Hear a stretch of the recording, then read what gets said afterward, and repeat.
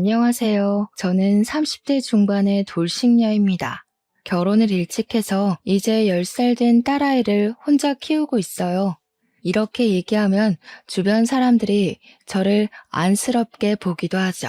하지만 저는 지금 정서적으로도 경제적으로도 너무 만족스러운 삶을 살고 있어서 주변에서 저를 어떻게 보든 아랑곳하지 않게 되었어요.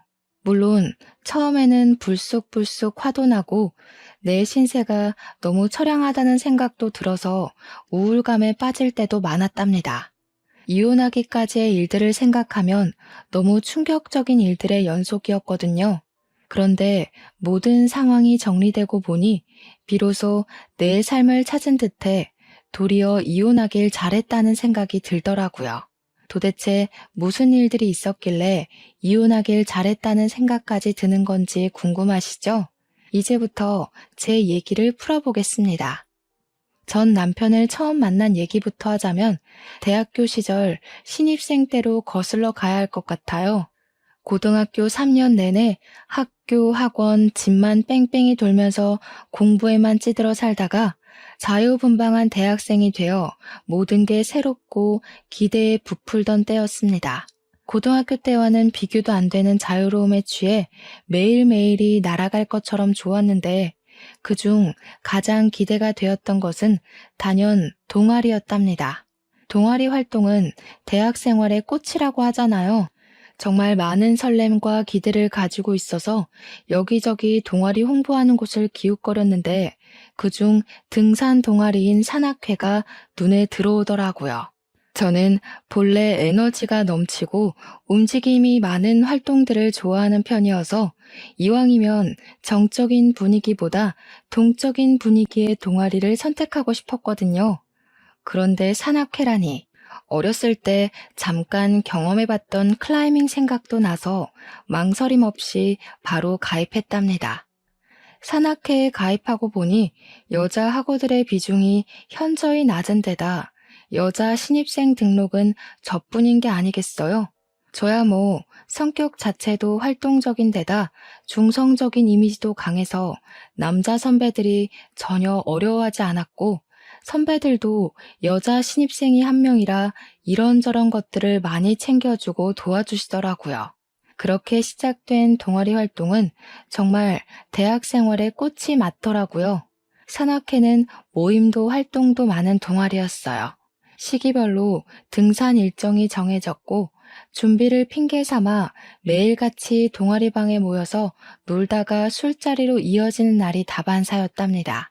그렇게 매일같이 마주치다 보니 선배들과 격이 없이 편하게 웃고 얘기할 수 있는 정도로 가까워졌어요. 그중에 집이 같은 방향이라는 이유로 술자리가 파하면 매일같이 저를 바래다주는 선배가 있었는데요.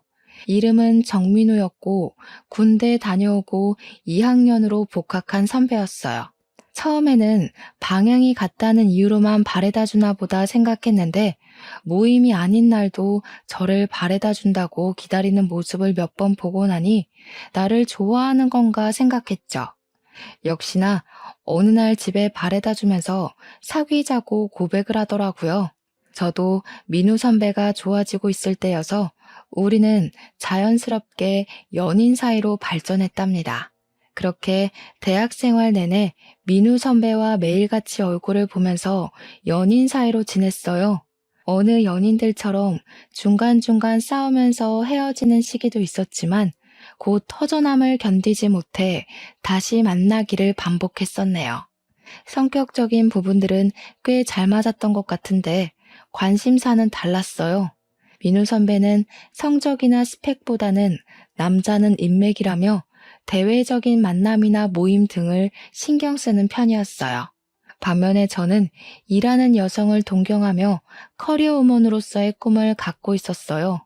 그래서 학교 생활 내내 학업 성적과 스펙 쌓기를 중요하게 생각했었답니다. 어느덧 3년이 지나고 선배가 먼저 졸업하면서 바로 취업을 했어요. 작은 회사라고 싫어하는 사람도 있었지만 일이 힘들지 않아서 잘 다니더라고요. 다음 해에는 저도 졸업하면서 바로 취업을 했는데 성적도 좋았고 그동안 쌓아온 스펙이 있어서 누구나 알만한 이름 있는 중견기업에 무난히 취직할 수 있었답니다. 회사 최종 면접 합격 문자를 받고 너무 기뻐서 선배에게 가장 먼저 연락했는데 선배는 떨떠름한 표정으로 너는 취업도 유난스럽게 한다 그러는 거예요. 그러면서 적당한 데 들어가지 그런 이름 있는 기업은 사람을 갖고 논다나 어쨌다나 하면서 말도 안 되는 얘기로 투덜거리는데 선배가 회사에서 안 좋은 일이 있었나 보다 하고 가볍게 생각했었네요. 회사 생활은 너무너무 바빴어요. 그래도 좀 적응이 되고 업무가 익숙해지면서 입사 1년 차가 되었을 때는 회사 생활에 재미가 붙더라고요. 물론 민우 선배와도 만남을 유지하고 있었습니다. 학교 다닐 때만큼은 아니지만 오랜 기간 만나면서 서로에게 너무 익숙해져 있었던 탓에 헤어질 생각도 못하고 그냥 편하게 만났던 것 같아요. 그런데 어느 날부터인가 이상하다 싶을 정도로 피곤하고 졸음이 쏟아지더니 속이 안 좋아서 식사를 거르게 되는 날이 점점 잦아졌어요. 그리고 본래 월경 주기가 일정하지 않아서 혹시나 했는데 임신 테스트기를 해보니 역시나 임신이었답니다. 이대로 아이를 낳게 되면 출산 휴관이 육아 휴관이 써야 할 테고 그러면 몇 년씩 경력이 단절될 생각을 하니 눈앞이 깜깜해지더라고요. 잠시 망설임도 있었지만 바로 민우 선배를 만나서 임신 사실을 알리고 낳고 싶지 않다고 말했습니다. 그런데 선배는 임신이라는 말을 듣자마자 당장 결혼하자고 하더라고요. 너 너무 이기적이라 생각 안 해? 같이 가진 아기를 겨우 네 커리어 때문에 낳지 않겠다는 게 이기적이지 않아? 겨우 회사라니? 내가 회사 일을 얼마나 좋아하는지 알면서 회사 적응한 지도 얼마 안 됐단 말이야. 이대로 결혼해서 아이까지 낳으면 지금까지 내가 일한 건 다 소용이 없게 되잖아. 그리고 돈은? 선배 혼자 번 돈으로 새 식구 생활비가 될 것 같아? 넌 날 뭐로 보는 거야? 내가 어떻게든 돈 많이 벌어오면 되잖아. 넌 애기 낳고 키우다가 천천히 다시 일하면 되지. 그때가 제 나이 25살이었어요. 25살에 결혼해서 잘 다니던 회사 그만두고 아이 엄마가 된다고 생각하니 정말 싫었지만 선배가 이렇게까지 얘기하니까 마음이 많이 흔들리더라고요. 오래 만난 사이라 애정이 식었을 법도 한데 이렇게 결혼하자고 하는 걸 보니 여전히 나를 많이 사랑하는가 보다는 생각이 들어서 저도 결국 결혼을 결심하게 되었습니다. 시댁과는 선배와 연애할 때부터 자주 들락날락하면서 편하게 지냈던 터라 신혼집은 시댁과 5분 거리로 시부모님이 구해주셨어요. 시모는 그저 아들 하시는 보통의 아들 엄마이셨고 시부는 선배를 좀 못마땅해 하셨어요. 선배가 회사 그만두고 사업하고 싶다는 말을 입에 달고 살았는데 정말 사업한다고 할까봐 걱정이라고 하시면서요. 그도 그럴 것이 자유롭게 환경에서 운동을 했던 사람이라 회사의 조직적인 분위기를 싫어했고 사업하고 싶다는 말을 입버릇처럼 했어요.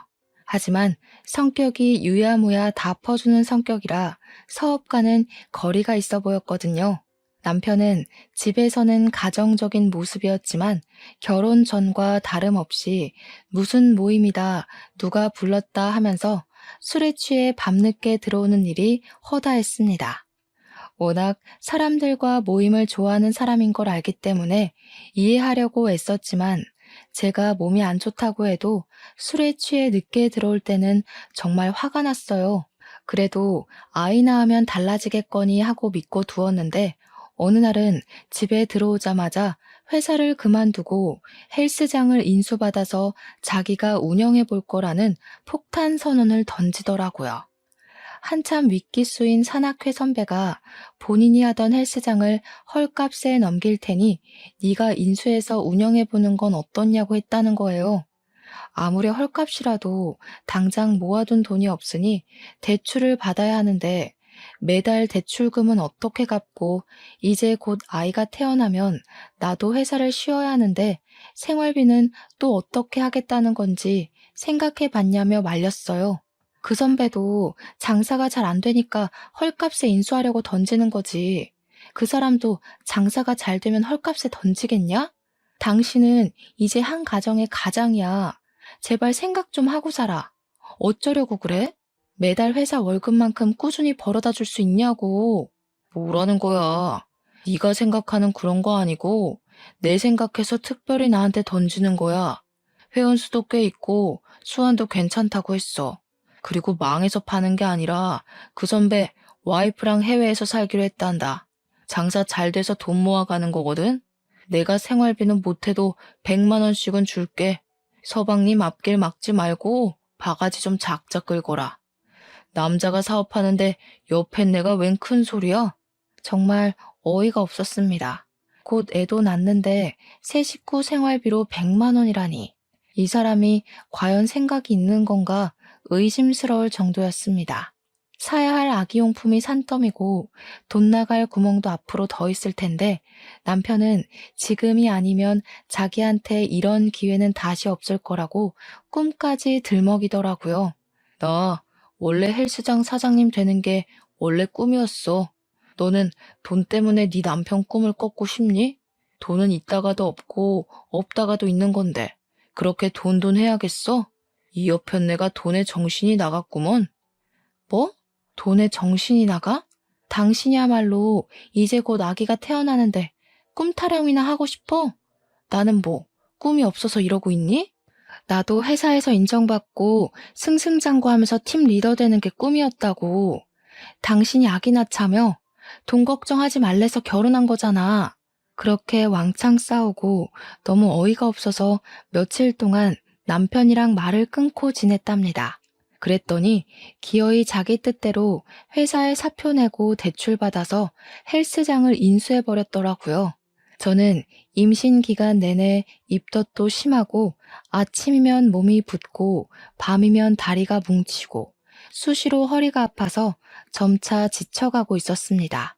임신 6개월이 지나면서는 갈수록 출퇴근이 힘에 부치면서 가급적 출산 휴가를 빨리 써야겠다는 생각뿐이었고요. 하지만 벌 수 있을 때 한 푼이라도 벌어야겠다는 생각에 결국 아기 낳기 직전까지 회사를 다니다가 출산 휴가를 냈답니다. 하지만 아이가 태어나고부터 돈 문제가 불거지기 시작했어요.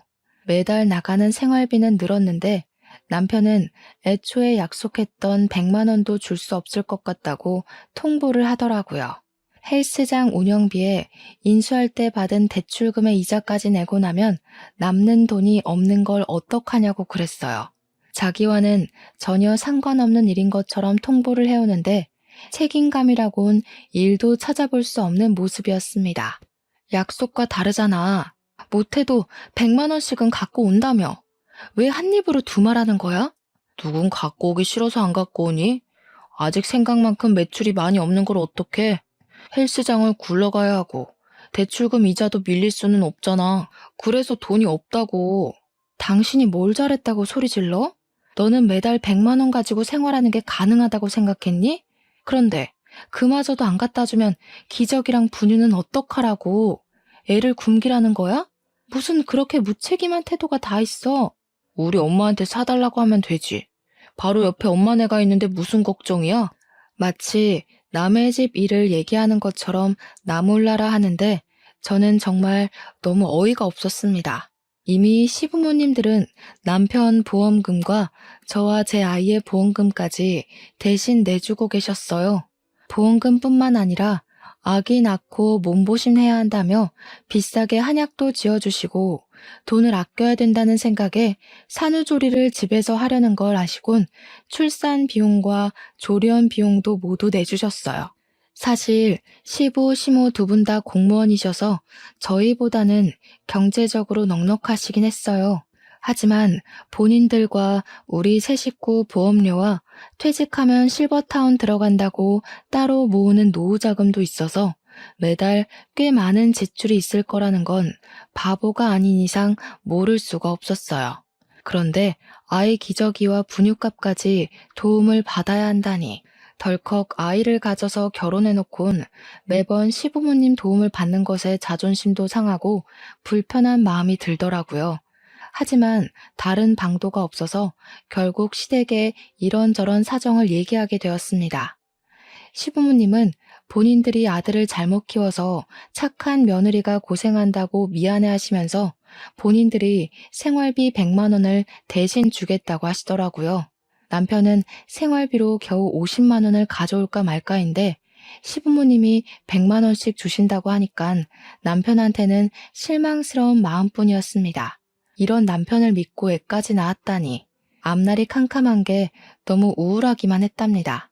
그나마 다행이었던 것은 그동안 남편이 각종 모임을 빠지지 않고 다닌 덕에 인맥이 꽤 넓다는 거였어요. 그 인맥 덕분에 지인들 소개로 등록하러 오는 회원들도 늘어나고 지인들이 전단지를 만들어 와서 인근 아파트 단지에 돌리면서 홍보도 해주더라고요. 처음 6개월 동안은 정말 손가락만 빨다가 그렇게 지인들이 적극적으로 나서준 덕에 한 1년쯤 지나고부터는 제법 수월하게 운영이 되는 것 같았어요. 그러면서 매출은 늘어났지만 생활비에 여유가 생기지는 않았어요. 트레이너 월급과 대출금과 이자, 운영비로 나가는 돈은 줄기는커녕 더 늘어났거든요. 여전히 생활비로 가지고 오는 돈은 회사 다닐 때 벌던 월급의 반도 안 되는 금액이었어요.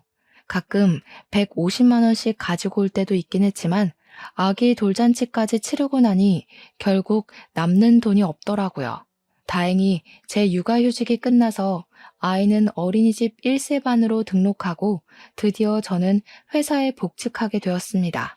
그렇게 달마다 제가 버는 월급 300만 원이 들어오면서부터 비로소 경제적으로 여유가 생기기 시작하더라고요. 시부모님께도 100만 원씩 주시던 거 그만 주셔도 된다고 말씀드릴 수 있었고 남편과 돈 문제로 다투는 것도 예전에 비해 많이 줄어들게 되었어요. 그런데 제가 회사에 복직하고 나서부터 정말 생각지도 못한 새로운 다툼거리가 생겼습니다. 애 키우는 동안은 화장도 잘 안 하고 집에서 입기 편한 옷만 입다 보니 외모에 신경 쓸 틈이 없었는데 회사에 복직하고부터는 결혼하기 전처럼 화장도 하고 복장도 갖춰 입으면서 외모를 가꾸게 되었어요. 그렇다 해도 품위 유지 정도였지 과하게 꾸미거나 했던 것은 아니었는데 남편이 슬슬 꼬투리를 잡기 시작하더라고요. 택배 보니깐 또 네 옷이더라? 무슨 옷을 자꾸 사냐? 받쳐 입을 흰 셔츠가 마땅한 게 없어서 비싼 거 산 것도 아닌데 뭘 그래. 그냥 아무 티나 입고 다니면 되지. 꼭 흰 셔츠가 있어야 돼? 왜? 회사에 누구 잘 보일 사람이라도 있나 보지? 애엄마면 애엄마답게 입고 다니라고. 바람난 여자처럼 하지 말고. 이렇게 말도 안 되는 억지를 부리는 남편이 어이없었지만 애 키울 때 핀잔 듣는 것과는 다르게 기분이 막 나쁘진 않아서 그냥 그러려니 넘어갔어요. 그런데 문제가 그런 다툼 몇 번으로 끝나지 않더라고요.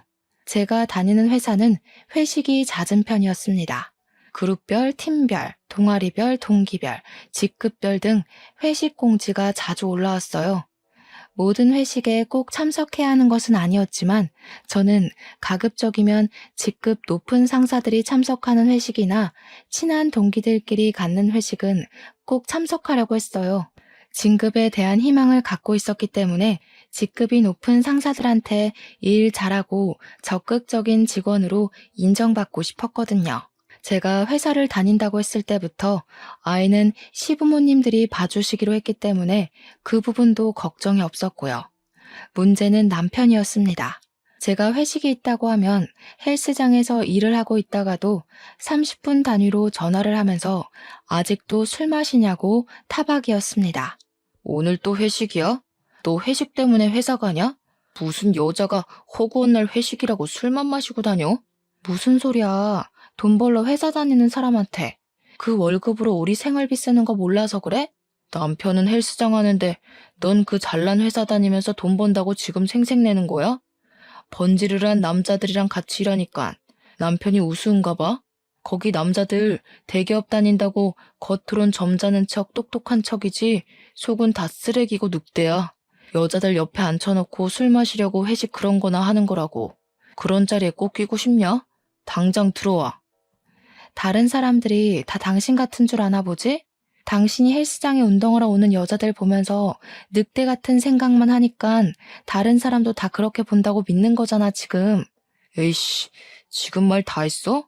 그냥 네가 회식을 안 가면 되잖아.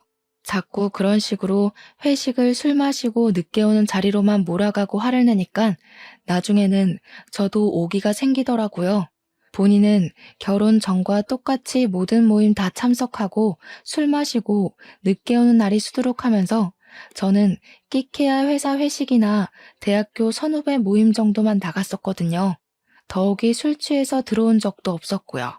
특히 대학교 선후배 모임은 남편과 같이 참석할 때도 있었는데 한 번은 집에 와서 갑자기 막 화를 내더라고요. 너 아주 실실 웃더라. 다른 남자들이랑 술 마시니까 그렇게 좋디? 너 여기저기 해프게 웃는 게 꼭 술집 여자 같았어. 뭐? 지금 그게 와이프한테 할 소리야? 오랜만에 만나 반가워서 기분 좋게 얘기한 걸 가지고 그렇게 말하는 게 이상한 거 아니야? 당신 진짜 사고 회로에 문제 있는 것 같아. 당신 말대로 거기 선배 후배들이 나를 술집 여자로 봤다는 거니? 당연하지.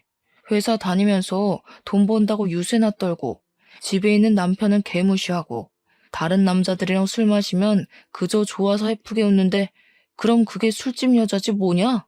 남편은 이미 혀가 꼬인 상태였어요. 그렇게 막 화를 내면서 술주정을 하더니 그대로 고꾸라져 버리더라고요. 그 다음날 어제 나한테 그렇게 얘기한 거 기억나냐고 물어봤더니 자기가 설마 그렇게 얘기했겠냐며 기억이 안 난다고 우기는 거예요. 그때 속으로 생각했답니다. 다음부터는 이런 일이 생기면 녹음을 해야겠다고요. 그리고 더 큰 일은 이후에 있었습니다. 그날은 부장급들이 다 참석하는 데다 곧 조직도 개편이 있을 예정이라 회사 분위기도 살필 겸 해서 참석한 회식이었어요. 회식을 시작한 지 대략 1시간도 안 되었는데 남편 전화가 오더라고요. 안 받으면 받을 때까지 전화를 하고 전화를 받으면 왜 늦게 받냐고 화를 낼 걸 알고 있었기에 급히 화장실로 가서 전화를 받았어요. 남편은 급한 목소리로 애가 아파서 병원 가는 길이니까 집에 아무도 없어도 놀라지 말라고 하더니 제 대답을 듣기도 전에 그냥 끊어버리더라고요.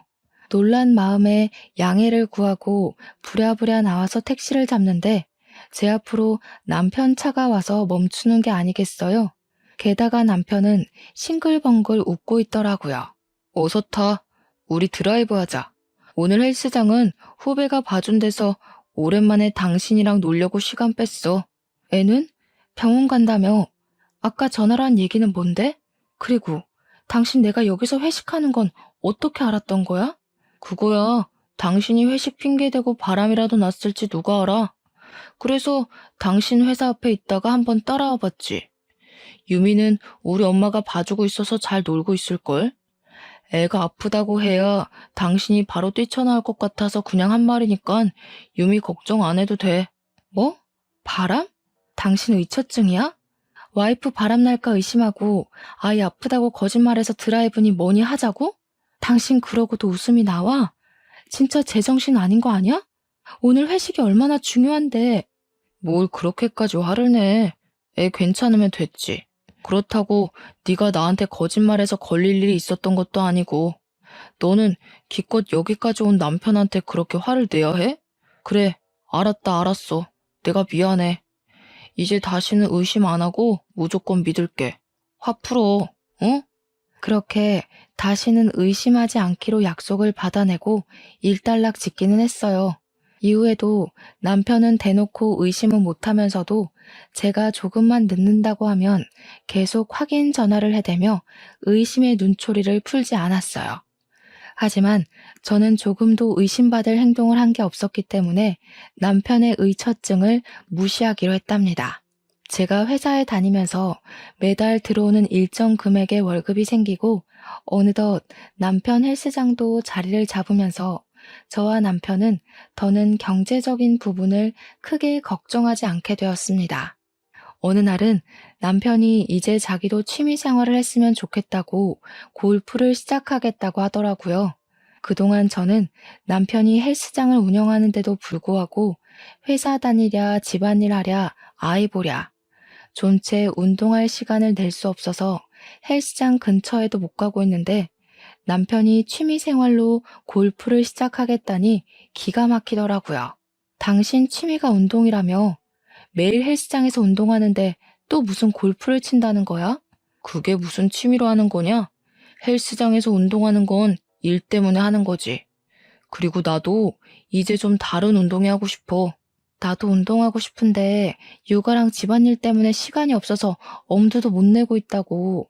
그런데 당신은 그 좋아하는 운동을 매일 하면서 이젠 골프까지 치러 다닌다고? 당신 나한테 헬스장 와서 운동하라고 한 번이라도 얘기한 적 있어? 너 운동하는 거 싫어하지 않았어? 그리고 집에 있으면 매일 쉬고 싶어 했잖아. 다 너 생각해서 운동하라고 얘기 안 한 건데 그걸 모르냐? 나도 산악회였어. 운동하고 움직이는 거 좋아하는데 매일 회사 일에 집안일이 힘들어서 그런 거잖아. 그런데 집안일 도와줄 생각은커녕 골프 치러 다닐 생각을 하니? 다닐 거면 나도 같이 다녀. 같이 다니면 유미는? 너는 주말에도 시댁에 애 맡기고 놀러 다닐 생각하고 있는 거야? 나야 좋게 말해서 취미니 단골 회원들이 봤다 하면 골프 얘기를 하길래 회원들 관리 차원에서 배우는 거라고. 그렇잖아도 온갖 모임이니 약속이니 바깥 일정이 많던 사람이었는데 이제는 골프를 핑계로 쉬는 날도 없이 매일 나가더니 언제부터는 주말마다 1박 2일로 골프 여행을 간다는 거예요. 단골 회원들이 주말마다 리조트로 골프 치러 가자고 했다길래 그럼 나도 애 데리고 따라가서 좀 쉬고 오면 좋겠다고 했죠. 그런데 남편은 펄쩍 뛰면서 비즈니스로 가는 건데 너는 그런 자리에 애 데리고 껴야겠냐고 남편 일망치는 여자라고 하더라고요. 헬스장 운영하면서 단골 회원들과 친분을 쌓는 것도 필요한 일인 것 같아서 결국 이해하고 갔다 오라고 했습니다. 그렇게 살림과 육아는 평일 주말 가릴 것 없이 온전히 제 몫이 되어버렸어요. 더욱이 주말은 남편의 외박으로 정말 철저하게 독박 육아 신세가 되었답니다. 어느 날 회사 친한 동생이 남편 헬스장 있는 동네로 이사했다고 거기 헬스장 등록하는데 같이 가달라고 하더라고요. 남편한테는 굳이 연락 안 하고 퇴근길에 같이 헬스장을 들렸거든요. 그런데 남편이 보이지 않아서 뭐 잠깐 나갔겠거니 생각하고 커피나 마시고 올 겸 동생과 1층으로 내려갔어요. 1층에 바로 주차장이 있어서 주차된 차들 사이를 가로질러 지나가는데 남편 차가 눈에 보이더라고요. 차 안이 잘 보이는 상태는 아니었는데 여자 육감이란 게 뭔지 저도 모르게 남편 차 쪽으로 다가갔어요.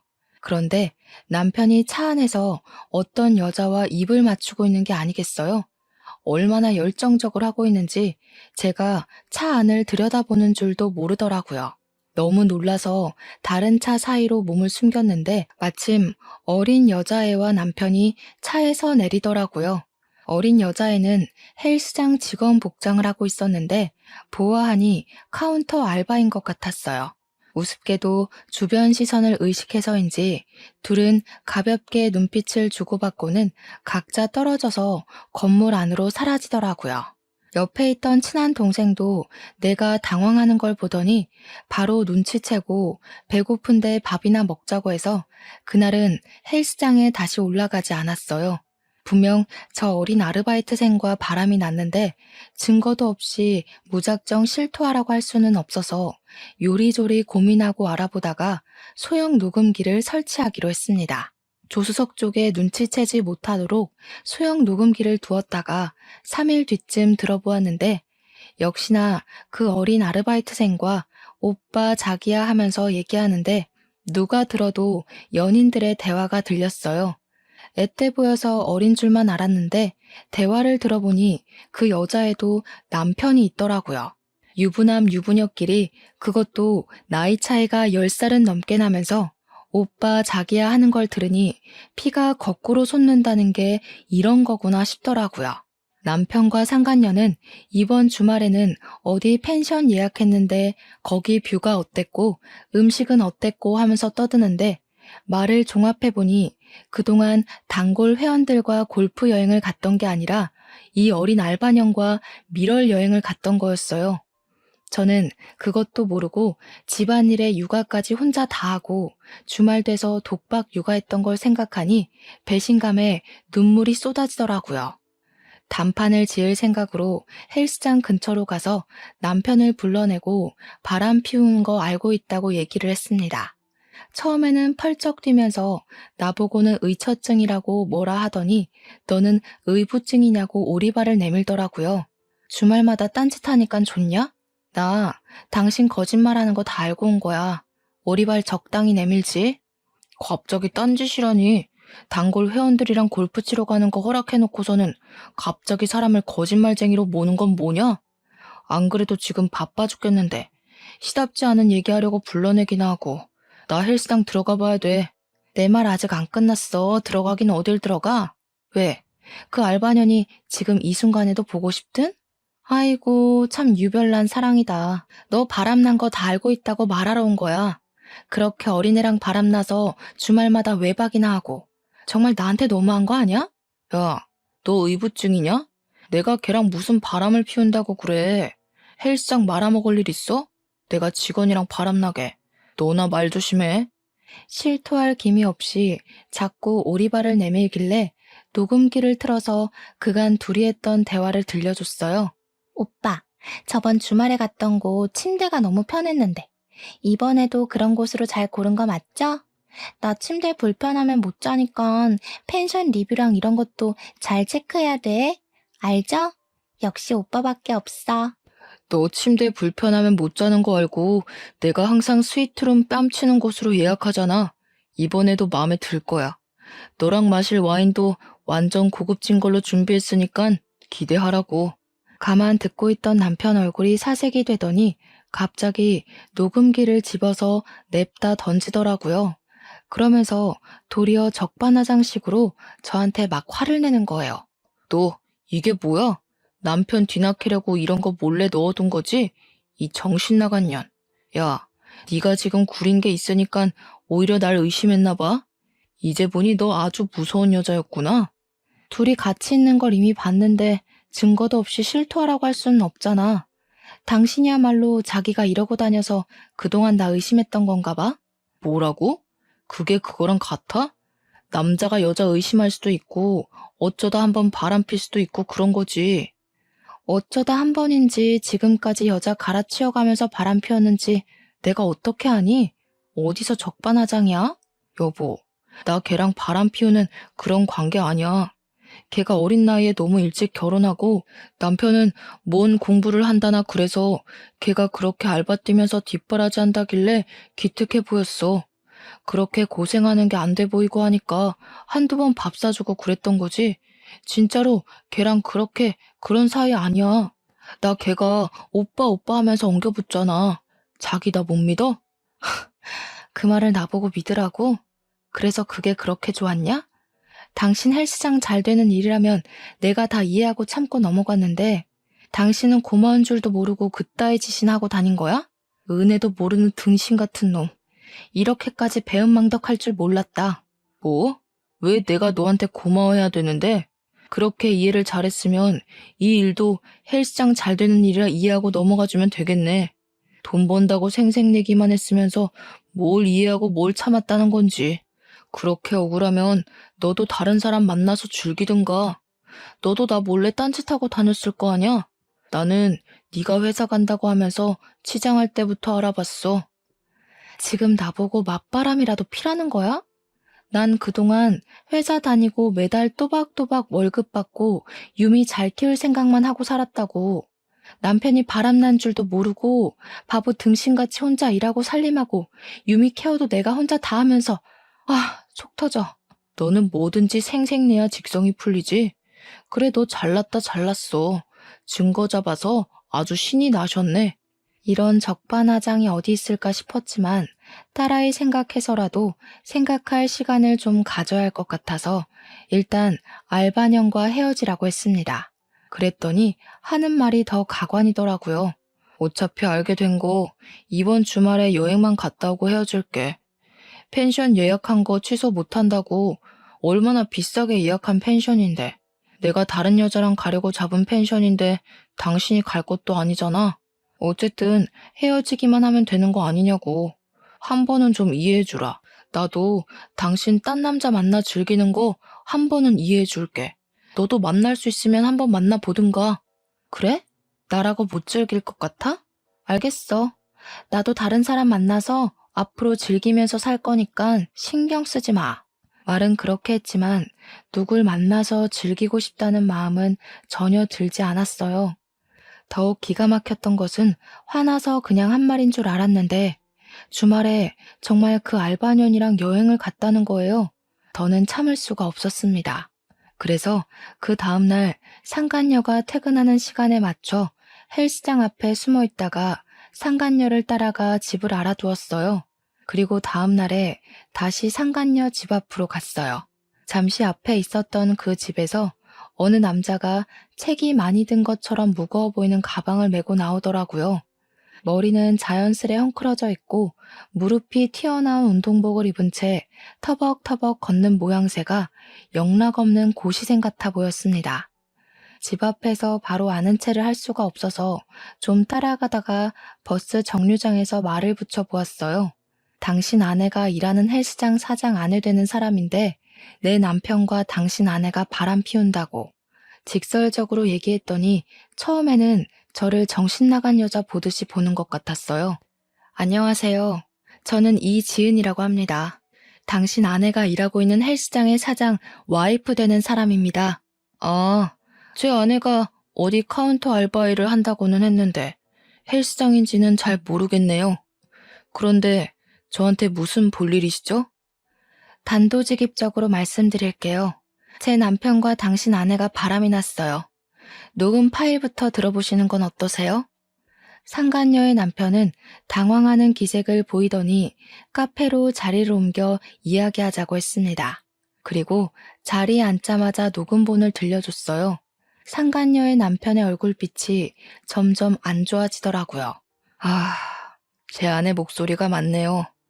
이 여자 전에도 바람 피운 걸 저한테 걸려서 제가 눈 딱 감고 용서해 준 적이 있었어요. 어쩐지 며칠간 친구 집에서 자고 온다 했더니 전부 거짓말이었나 보군요. 아무튼 그래서 당신은 어떡하실 생각이죠? 저는 이미 남편한테 너무 실망을 해서 이혼 생각 중이에요. 그런데 생각하면 할수록 너무 억울하고 화가 나서요. 그런데 당신도 당신 아내한테 실망이 이만저만이 아니실 것 같은데 굉장히 평안해 보이세요. 사실 이런 일이 또 일어날까 싶어서 예전부터 생각해 두었던 계획이 있었습니다. 맞바람을 피는 거죠. 제 아내도 저와 똑같은 기분을 느끼게 하고 싶었거든요. 우리 둘이 만나는 모습을 보이면 둘이 불같이 화내지 않을까요? 너무 좋은 생각이에요. 저도 제 남편에게 똑같은 기분을 느껴보라고 하고 싶었거든요. 혹시라도 나중에 이혼할 때 역으로 당할 수도 있겠다는 생각에 상간녀 남편과 차분히 계획을 세우고 CCTV로 증명이 되는 호텔을 찾아 미리 예약하고 그날 밤에 다시 만났습니다. 그리고 침대에서 둘이 다정이 있는 듯한 사진을 찍어서 각자 배우자한테 보냈더니 사진을 보내고 몇 분 안 돼서 남편한테 전화가 오더라고요. 너 이게 뭐야? 정신 나갔어? 야, 너 지금 어떤 새끼랑 있는 거야? 네가 아주 술집 여자처럼 되고 싶어서 발악을 하는구나. 네가 나도 다른 사람 만나서 즐기고 살라며. 당신이 바람 피우는 건 괜찮고 내가 그러면 술집 여자냐? 여자랑 남자가 같아? 같냐고. 그것도 애 엄마가 남편 보란 듯이 다른 남자랑 그렇게 뒹굴 생각을 해? 남편이 불그락 푸르락 화를 내는 걸 보니 그렇게 통쾌할 수가 없더라고요. 상간녀 남편도 옆에서 상간녀와 통화를 하는데 굉장히 매몰차고 냉소적으로 나도 바람 피울 수 있지만 당신 존중하고 사랑해서 안았던 건데 지금 기분이 어떠냐고 묻더라고요. 그렇게 서로의 배우자와 통화를 마치고 각자 헤어져서는 저는 다른 호텔로 가서 하룻밤을 보내고 다음날 아침에 집으로 들어갔어요. 그런데 남편이 저를 보자마자 더러운 여자라고 소리치면서 냅다 뺨을 갈기더라고요. 그래서 저도 보란 듯이 남편 뺨을 한 대 갈겼는데 그때부터 남편은 미치광이가 되어서 저를 사정없이 패기 시작하는 거예요. 평소 운동이 취미인 근육질 남자가 인정사정 없이 주먹질을 날리는데 도저히 피할 도리 없이 속수무책으로 맞기만 했어요. 그러다 남편이 숨이 찼는지 잠깐 헐떡거리면서 멈추길래 없는 정신을 부여잡고 정신 나간 여자처럼 도망쳐 나왔습니다. 근처에 갈 곳이라곤 시댁뿐이라 시댁으로 도망쳤는데 시부 시모가 제 모습을 보시더니 아연실색하셨어요. 저는 남편이 개 패듯이 때렸다고 겨우 말하고는 그대로 정신을 잃었답니다. 결국 구급차를 부르고 난리가 아니었다고 했어요. 정신을 차려보니 치료가 끝난 상태로 병원 침대에 누워있더라고요. 그 상황이 너무 기가 막혀서 눈물조차도 나오지 않았습니다. 그 일을 계기로 시부모님이 모든 사실을 알게 되셨어요. 제가 폭행당한 모습을 보신 시부모님은 차마 이혼을 말리지도 못하고 그저 우리가 아들을 잘못 키워서 미안하다고만 하셨어요. 회사에는 2주가량의 병가를 냈고 친정 부모님께는 폭행 사실을 빼놓고 남편이 바람피워서 이혼하게 됐다 전화로 말씀드렸는데 친정엄마가 집으로 오겠다는 거예요. 아직 여기저기 멍투성이에 상처도 다 아물지 않았는데 이런 모습을 보고 기겁하실 엄마를 생각하니 그제야 눈물이 나오더라고요.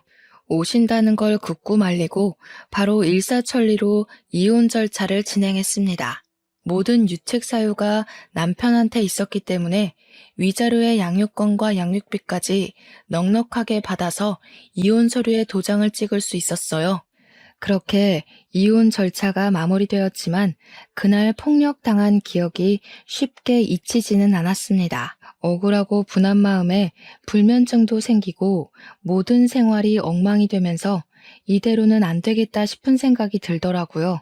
그래서 두어 달 뒤 사람들이 가장 많이 운동하는 피크타임의 헬스장을 찾아갔습니다. 전 남편이 운동하는 사람들을 봐주다가 저를 보고는 눈이 휘둥그레져서 다가오려고 하더라고요.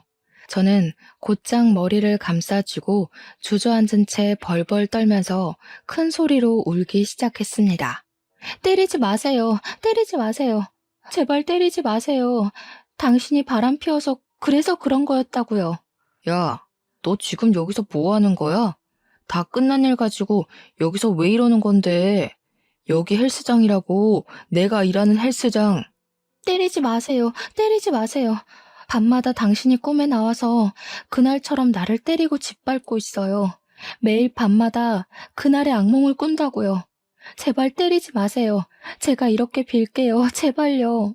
전 남편은 어쩔 줄 몰라 하며 말리기 위해 서둘러 다가오는데 옆에서 운동하다가 이 상황을 그대로 보고 있던 건장한 남자 두어 명이 남편 앞을 막아서더라고요.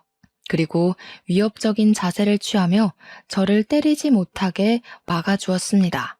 아니, 오해예요, 오해. 지금 저 여자가 쇼하는 거라고요. 나 물 먹이려고 쇼하는 거잖아요, 지금. 제발 때리지만 마세요. 제가 하란 대로 다 할게요. 당신이 때리고 나면 숨쉬기가 힘들어요. 이렇게 부탁해요. 다른 운동하던 사람들도 웬 여자가 갑자기 때리지 말라면서 큰 소리로 울고 불고 애원하니까 무슨 일인가 싶어 관심을 보이다가 상황 파악이 되면서부터는 전 남편을 향해 욕을 하더라고요. 그렇게 헬스장 회원들에게 전 남편은 아내에게 폭력을 행사한 파렴치한이 되어버렸어요. 거기다 전에 헬스장 운영했던 선배가 학교 동문회에도 전 남편 얘기를 한 모양이더라고요. 아는 선배와 후배들한테서 괜찮냐고 묻는 안부 연락이 몇 차례 와서 알게 되었네요. 헬스장은 바람 피운 폭력 남편이 사장이라는 소문이 퍼지면서 있던 회원들도 다 떨어져 나가고 결국 빚만 떠안고 문을 닫았다고 들었어요. 학교 선후배 사이에서도 남편은 상종 못할 인간으로 낙인이 찍혀서 그 많던 인맥이 다 끊어져 버렸다고 해요. 이혼 소송이 마무리되고 헬스장을 찾아가 그렇게 한바탕 울고 났더니 억울하고 분한 마음이 조금은 풀리더라고요. 그러다 문득 상간녀 남편도 이혼하고 잘 정리되었는지 궁금해져서 오랜만에 상간녀 남편을 만났어요. 제가 폭력 당한 얘기를 듣고는 본인이 그런 제안을 해서 그렇게 되신 것 같다고 죄송하다고 하더라고요. 저는 남편 본색을 알게 되어서 이렇게 이혼도 하고 이제 그런 사람과 얽힐 일 없게 되었으니 오히려 잘 된 것 같다고 얘기했습니다. 상간녀 남편은 여자가 이혼만은 하지 말아달라고 싹싹 비는 통에 아직 이혼 소송 중이라고 하더라고요. 그 사람이 돈으로 꼬셨다고. 돈 많은 사람이 꼬시는데 한 번 넘어간 걸로 내가 뭘 그렇게 잘못했냐고. 네가 돈이 많았으면 내가 넘어갔겠냐고. 그러면서 이혼만은 절대 못한다고 우기잖아요. 저를 좋아해서 그런 거면 안쓰럽기라도 하지. 정말 좋아했던 게 아니라는 건가요? 바람 피운 걸로 봐서는 좋아했다고 하기도 염치 없겠지만요. 제가 사법고시 패스해서 검사 마누라로 살아보는 게 그 사람 소원이었는데 사실 이 일 터지기 전에 사법고시 1차 붙고 2차 준비 중이었거든요. 고지에 다다른 거였는데 그새를 못 참고 바람을 저지른 거죠.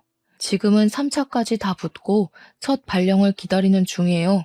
이번에도 제가 못나서 바람 피운 거라 고집부리더니 그동안 자기가 내조 잘해서 제가 합격한 거라고 큰소리 치더라고요. 그때 정말 오만정이 다 떨어졌습니다. 어머, 그래도 정말 잘 되셨네요. 축하드려요. 앞으로 승승장구하실 일만 남으셨네요. 축하해 주셔서 감사합니다. 혹시 전 남편 소식은 들으셨나요? 전 남편분이 저희 집을 몇 번 찾아와서 집사람한테 매달렸던 모양인데 아내가 스토커로 신고했더라고요. 그날 경찰 출동하고 아유 난리가 아니었답니다.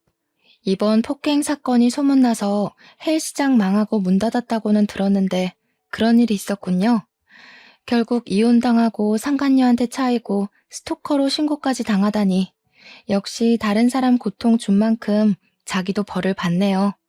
저희가 비록 이런 일들을 겪었지만 앞으로는 잘 될 거라고 생각해요. 저도 곧 회사에서 진급할 것 같거든요. 정말 잘 됐네요. 진급하신다니 축하드려요. 지은 씨도 앞으로 더 잘 되실 겁니다. 우리는 그렇게 이야기를 나누고 앞으로 더 잘 될 거라고 격려해주면서 헤어졌답니다. 어느 날 전 시모에게서 연락이 왔어요. 딱 한 번만 만나달라고 하시는데 거절할 수가 없겠는 거예요. 그래도 전 시부모님들은 저에게 참 잘해주셨고 이혼할 때도 저한테 많이 미안해 하셨거든요. 너는 아주 얼굴이 확 폈구나. 민우는 요즘 고시원에서 지내는데 너는 혼자 편히 지내서 좋으냐? 그렇게 우리 아들 인생 골로 보내버리니까 좋아? 어쩜 이렇게 매몰찰 수가 있냐? 남자가 한번 바람 피운 걸로 이사다를 만들어놔? 내 아들만 이게 무슨 고생이니? 민우 씨가 고시원에서 지내든 노숙을 하든 이제 저와는 상관없잖아요. 그리고 이런 사다를 만든 건 제가 아니라 민우 씨예요. 네 말 무슨 말인지 안다 알아. 그래도 유미 아빠고 10년을 같이 살았던 사람이잖니? 자기도 반성 많이 했을 거다. 내가 단단히 일러두기도 했고 민우 걔가 내 말을 얼마나 잘 듣는데 이제 다시는 지나가는 여자도 쳐다보지 않겠다더라. 너한테 그런 건 너무 화나서 자기도 모르게 그랬다고. 앞으로 이제는 다시는 안 그런다고 내 각오를 단단히 받아왔으니 이제 좀 마음 풀고 민우 좀 한번 만나봐라. 너랑 이혼하고 완전 페인처럼 살고 있어. 아가. 네? 제가 민우 씨를 왜 만나야 하죠? 설마 민우 씨랑 다시 합치라는 얘기신가요? 제가 어떻게 맞았는지 다 보셨잖아요. 그래놓고 뻔뻔하게 찾아와서 다시 만나라고요? 그리고 제가 왜 아가예요? 저 이혼했어요. 그거야 이제 지나간 일이잖니. 네가 민우와 다시 합친다고 하면 네 시아버지도 마음 풀고 다시 받아줄 거다. 그동안 같이 산 세월이 있는데 그만한 일로 애 이만큼 힘들었으면 됐지. 그리고 네가 싫다고 유미 아빠 없이 키울 거니? 애 엄마가 돼서 자식 생각도 해야지. 유미 생각해서라도 합치는 게 맞는다고 본다 난. 얼른 민우랑 재혼해라. 어머님, 그만한 일이라뇨? 그리고 그런 아빠는 차라리 없는 게 나아요. 다시는 저 찾아올 생각하지도 마세요. 민우 씨나 당신이나 정말 상종을 못할 인간들이었어. 그리고 이제 저한테 당신은 그냥 아줌마예요. 그렇게 자리를 박차고 나오는데 이런 사람인 줄을 모르고 10년을 정주고 살았다는 게 억울하면서도 이제 정말 끝이라는 생각에 홀가분하더라고요. 그 이후로 이 이혼하길 정말 잘했다는 생각을 늘 하면서 지낸답니다. 지금은 작은 아파트 하나 얻어서 딸아이와 둘이 오붓하게 살고 있어요. 다니는 회사가 복지 혜택이 좋은 곳인데다 능력을 인정받아 승진도 하고 연봉도 오르면서 경제적으로도 여유가 생기다 보니 혼자 아이를 키우는데도 힘든 상황들은 거의 없답니다. 딸아이도 10살이 넘어서부터는 제법 의젓하게 저를 이해하고 도와주려고 해서 마음의 안정을 찾는데도 큰 의지가 되어 주었고요. 요즘은 회사 일을 마치고 집에 들어가서 딸아이와 도란도란 시간을 보내다 보면 이런 게 행복이구나 싶고 비로소 제 자신을 찾은 듯해서 매일매일이 만족스럽답니다. 아무튼 파란만장했던 저의 이혼 스토리 들어주셔서 감사합니다. 행복한 하루 되세요.